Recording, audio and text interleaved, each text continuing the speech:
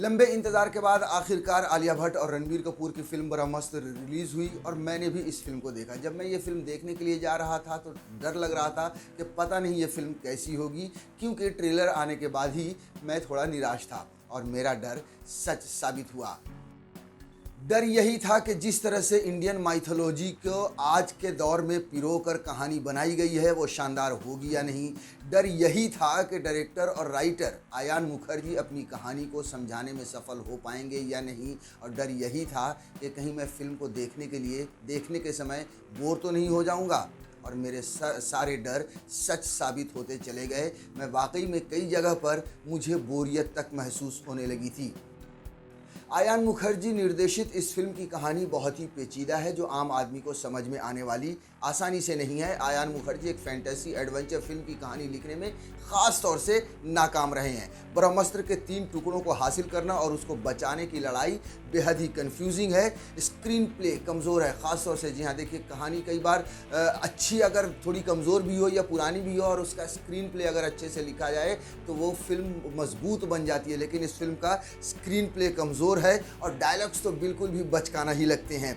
मुझे लगता है कि रणबीर कपूर, जी हाँ, रणबीर कपूर का जो किरदार है इस फिल्म में, जो शिवा का किरदार है, वो भी उन पर सूट नहीं करता। कुछ जगहों पर जो आयान मुखर्जी के जिस स्टाइल की फिल्में पास में बनाई है उस तरह की फिल्मों की झलक भी इस फिल्म में दिखी है, जहाँ पर रणबीर कपूर सूट हुए हैं। बाकी जो किरदार है वो super hero kind of role, उसमें रणबीर कपूर बिल्कुल भी फिट होते हुए कम से कम मुझे नहीं लगे हैं।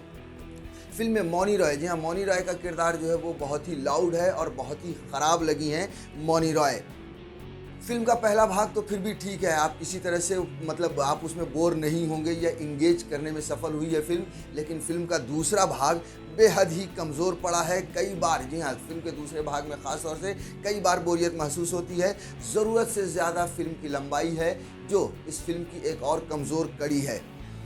पूरी फिल्म देखने के बाद ऐसा महसूस होता है कि स्पेशल इफ़ेक्ट्स के बीच में कहानी को घुसाया गया है। जी हाँ, स्पेशल इफ़ेक्ट का काम अच्छा है और ऐसा महसूस होता है कि स्पेशल इफ़ेक्ट का कुछ एक कहानी आयान मुखर्जी के दिमाग में आई, एक कॉन्सेप्ट समझ में आया कि ये इस तरह से स्पेशल इफ़ेक्ट्स डालेंगे और उसमें बीच में कहानी को बुन दिया गया है।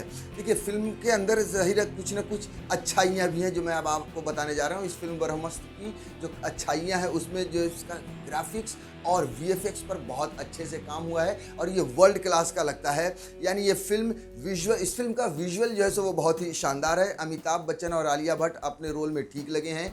ब्रह्मास्त्र के 2 गाने भी ठीक हैं। फिल्म की पूरी टीम की मेहनत पर्दे पर झलकती है।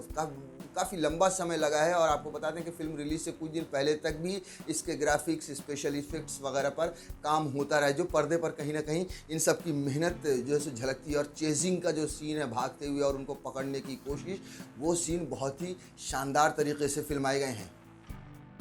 इससे पहले के कंक्लूजन पर पहुंचे, थोड़ा सा फिल्म की कहानी के बारे में भी आपको बता देते हैं कि जो ब्रह्मास्त्र है जो टूट गया है और उसके अलग अलग हिस्से देश के अलग अलग हिस्सों में मौजूद हैं और उसे कोई हासिल करना चाहता है अपनी शक्ति बढ़ाने के लिए और उसे कोई बचाना भी चाह रहा है और इसी हासिल करने और बचाने की लड़ाई है। और उसमें जो जुनून है, जी हाँ, उसको जो 3 टुकड़े जो अलग अलग हैं उसको हासिल करने के लिए जुनून को भेजा गया, जिसकी भूमिका में मौनी रॉय हैं। इस फिल्म की पूरी कहानी शिवा यानी रणबीर कपूर के इर्द गिर्द घूमती है, जिसे अपनी शक्तियों का ज्ञान नहीं है और उसके बारे में उसे गुरुजी बताते हैं। गुरुजी का रोल अमिताभ बच्चन प्ले कर रहे हैं। देखिए, हो सकता है कि इस फिल्म को बड़ी ओपनिंग मिले, ज़्यादा पहले दिन बहुत ही बड़ी कमाई करे, क्योंकि देखिए फेस्टिवल के समय पर रिलीज़ हो रही है।